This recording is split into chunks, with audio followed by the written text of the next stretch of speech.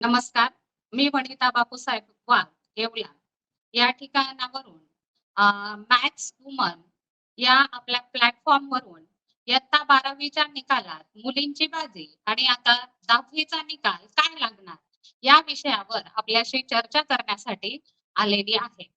नुकताच आपल्याला माहीत आहे, की महाराष्ट्र राज्य माध्यमिक व उच्च माध्यमिक शिक्षण महामंडळाचा इयत्ता 12वीचा निकाल नुकताच 21 मे रोजी लागलेला आहे आणि या निकाल आपल्याला माहितीच आहे, की या निकालामध्ये मुलींनी बाजी मारलेली आहे.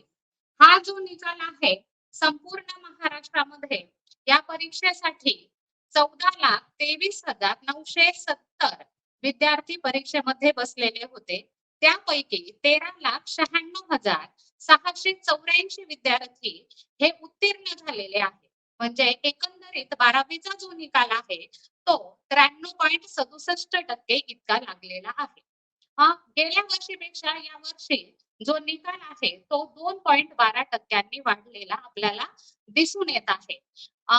या ठिकाणी राज्यातील पुणे, संभाजीनगर, मुंबई, कोकण, नाशिक, लातूर, अ, कोक अ, नागपूर असा हा विभागीय मंडळाचा निकाल आहे आणि या निकालामध्ये पुण्याचा जो निकाल आहे, तो 94.44%, नागपूर 92.12%, छत्रपती संभाजीनगर 94.8%, मुंबई 91.95%, कोल्हापूर 94.24%, अमरावती 93%, नाशिक 94.71%, लातूर 92.36%, तर कोकण विभागाचा निकाल 97.51% लागलेला आपल्याला माहिती आहे. या संपूर्ण निकालामध्ये बऱ्याच ठिकाणी मग जसं छत्रपती संभाजीनगर, नागपूर, अमरावती, नाशिक, त्यानंतर कोल्हापूर या सगळ्या ठिकाणी मुलींनी बाजी मारल्याचं आपल्या लक्षात येत आहे. आपल्याला माहित आहे, की यंदाच्या 12वीच्या निकालामध्ये छत्रपती संभाजीनगर या ठिकाणची जी विद्यार्थिनी आहे, तनिषा बोरा बोरामणीकर ही संपूर्ण राज्यातून इथे 100 पैकी 100% गुण मिळवून ही प्रथम आलेली आहे. तर मुली ह्या बाजी मारत आहे. मुलींची बाजी मारण्याची कारणं काय आहेत? खरं तर या ठिकाणी आपण ते नमूद केलं पाहिजे, की का सतत दरवर्षी गेल्याही वर्षीचा जर इयत्ता 12वीचा निकाल आपण बघितला, तर त्याही ठिकाणी मुलींनी बाजी मारल्याचं आपल्या लक्षात येतं आणि आत्ताचा पण जर आपण इयत्ता 12वीचा निकाल बघितला, तर याही वर्षी मुलींनी या ठिकाणी बाजी मारल्याचं आपल्याला लक्षात येतं. एवढंच नाही तर आमच्या मॅथ्स वुमन या वेबसाईट वरती सुद्धा तनिष्काचा इंटरव्ह्यू आलेला आहे आणि या इंटरव्ह्यू मध्ये कारण ती नुकतीच आउट ऑफ गुण घेऊन राज्यातून प्रथम क्रमांकाने उत्तीर्ण झालेली आहे. तर तिने सांगितल्या पद्धतीने मुलींची जी अभ्यास करण्याची पद्धत आहे, तर पूर्ण कॉन्सन्ट्रेशनने त्या अभ्यास करत असतात. त्यांचं नियोजन आणि त्या नियोजनाप्रमाणे ठरवलेल्या सगळ्या गोष्टी ह्या त्या बिनचूकपणे करत असतात आणि ते पूर्ण केल्याशिवाय त्या थांबत नाही, हे आपल्याला माहित आहे. तुम्ही या ठिकाणी तिचा इंटरव्ह्यू ऐकू शकतात. एवढंच नाही तर नियमित जो विद्यार्थ्यांचा निकाल आहे, की नेमका इयत्ता 12वीच्या परीक्षेमध्ये किती विद्यार्थी म्हणजे किती मुलं बसलेले होते, किती मुली बसलेल्या होत्या, याचाही आपण या ठिकाणी तपशील बघणार आहोत. तर यामध्ये बघा, जे काही विद्यार्थ्यांनी परीक्षेसाठी फॉर्म भरलेले होते, त्यामध्ये जे मुलं आहेत त्यामध्ये 7,71,920 मुलांनी परीक्षेचे फॉर्म भरलेले होते. त्यापैकी 7,66,351 विद्यार्थी यांनी परीक्षा दिली. मुलांनी परीक्षा दिलेली होती.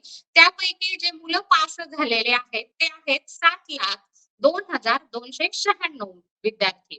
आणि या इयत्ता 12वीच्या परीक्षेसाठी ज्या मुली होत्या, तर मुली 6,61,451 मुली या परीक्षेसाठी प्रविष्ट झालेल्या होत्या. त्यापैकी 6,57,319 मुलींनी प्रत्यक्षात परीक्षा दिली आणि त्यापैकी 6,27,300 88 मुली ह्या परीक्षेत पास झालेल्या आहेत. मुलांचा जो निकाल आहे, उत्तीर्ण मुलांची जी टक्केवारी आहे ती 91.60% आहे. तर मुलींची जी टक्केवारी आहे ती 95.44 एवढी आहे. म्हणजे 3.84% मुलींचा निकाल हा जास्त लागलेला आहे. एवढंच नाही, तर हे झालं इयत्ता 12वीचं. गेल्या वर्षीचा इयत्ता 12वीचा निकाल आपण बघितला, तर सतत मुलींची टक्केवारी ही वाढताना आपल्याला दिसते आहे. तर आपण बोलत होतो, की 12वीच्या निकालामध्ये मुलींनी बाजी मारली. मग आता इयत्ता 10वीच्याही निकालात मुलीच बाजी मारणार का? तर जर आपण गेल्या वर्षीचा 2023चा निकाल बघितला, तर राज्य माध्यमिक आणि उच्च माध्यमिक शिक्षण मंडळाच्या 10वीचा निकाल आपण जर बघितला तर तो 93.83% एवढा लागलेला होता. आणि त्यामध्ये मुलांनी मुलांचा जो निकाल आहे तो 92.5% होता आणि मुलींचा जो निकाल आहे तो 95.87% एवढा होता. म्हणजे त्याही परीक्षेमध्ये 3.83% मुली ह्या आघाडीवर होत्या. म्हणजे दोन्ही निकालांमध्ये बाजी ह्या मुलींनीच मारलेली आहे. तर मग याची कारणं आपल्याला काय सांगता येतील? तर मुलींच्या अंगी असलेला म्हणजे जे त्यांनी ठरवलेलं आहे ते पूर्ण करणं आणि ते पूर्ण करण्यासाठी वाटेल तेवढे प्रयत्न करणं, मुलींमध्ये असलेली जिद्द, चिकाटी, मेहनत हे आपल्याला या ठिकाणी प्रकर्षानं जाणवतं. कारण अनेक वर्षांपासून आपल्याला माहिती आहे, की सावित्री मातेने हा शिक्षणाचा अधिकार मुलींना दिलेला आहे आणि आजची जी महिला जी आहे, ती जागरूक झालेली आहे. तिला माहिती आहे, की शिक्षणामुळे सर्व गोष्टी ह्या संपन्न होत असतात आणि आता शिक्षणाच्या प्रती मुली जागृत असल्यामुळे मला तर असंच म्हणावंसं वाटेल, की सावित्री मातेचा वसा चालवण्याचं काम मुलींनी ठरवलेलं आहे आणि त्यांना कळालेलं आहे, की जर आपली गुलामगिरी जी आहे, ती कशामुळे नष्ट होणार आहे?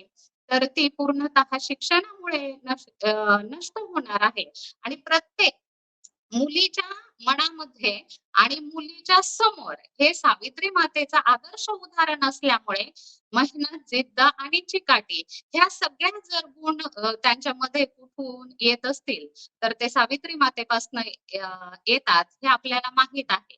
की कधी-कधी म्हटलं जातं, की स्त्री ही कमजोर आहे आणि जास्त भावनाशील आहे. पण स्त्री ही काही कमजोर नाहीये, ती जास्त भावनाशील आहे. आणि भावना प्रधान असल्यामुळे तिने ठरवलेली प्रत्येक कामगिरी ही ती चोखपणे पार पाडत असते.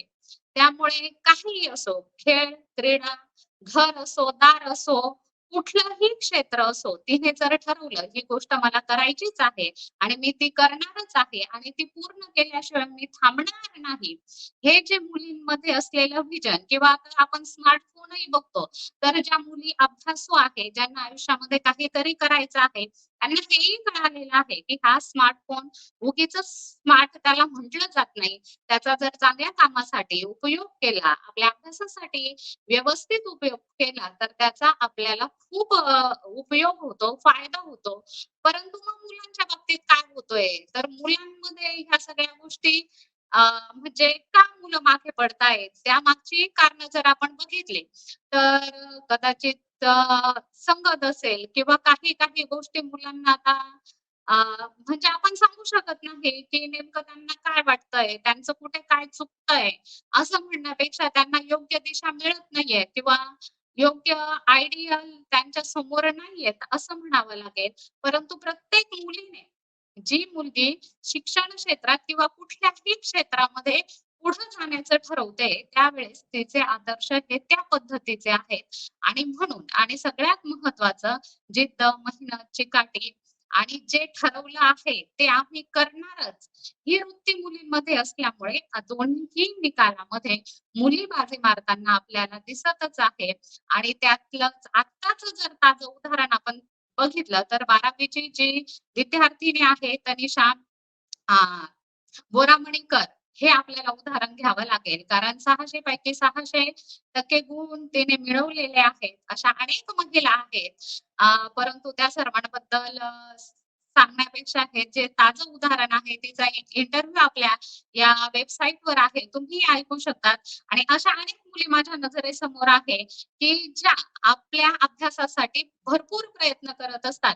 मग त्यासाठी त्यांना खाणं-पिणं किंवा इतर गोष्टी असतील, या गोष्टींसाठी सुद्धा वेळ देणं शक्य नसतं. आणि त्यांनी एकदा विजन ठरवलं, की नाही मला हे करायचंच आहे, तर तेवढं त्या पूर्ण करतात आणि तेवढंच पूर्ण करण्यासाठी त्या सतत प्रयत्नशील असतात. तर मग मला एवढंच म्हणावं लागेल, की इयत्ता 12वीच्या निकालामध्ये तर मुलींनी बाजी मारली आहे आणि आता उद्या इयत्ता 10वीचा निकाल आहे आणि आता उद्या कोण बाजी मारणार? तर पुन्हा एकदा मुलीच बाजी मारणार, असं मला वाटतं आणि मी या ठिकाणी थांबते. धन्यवाद.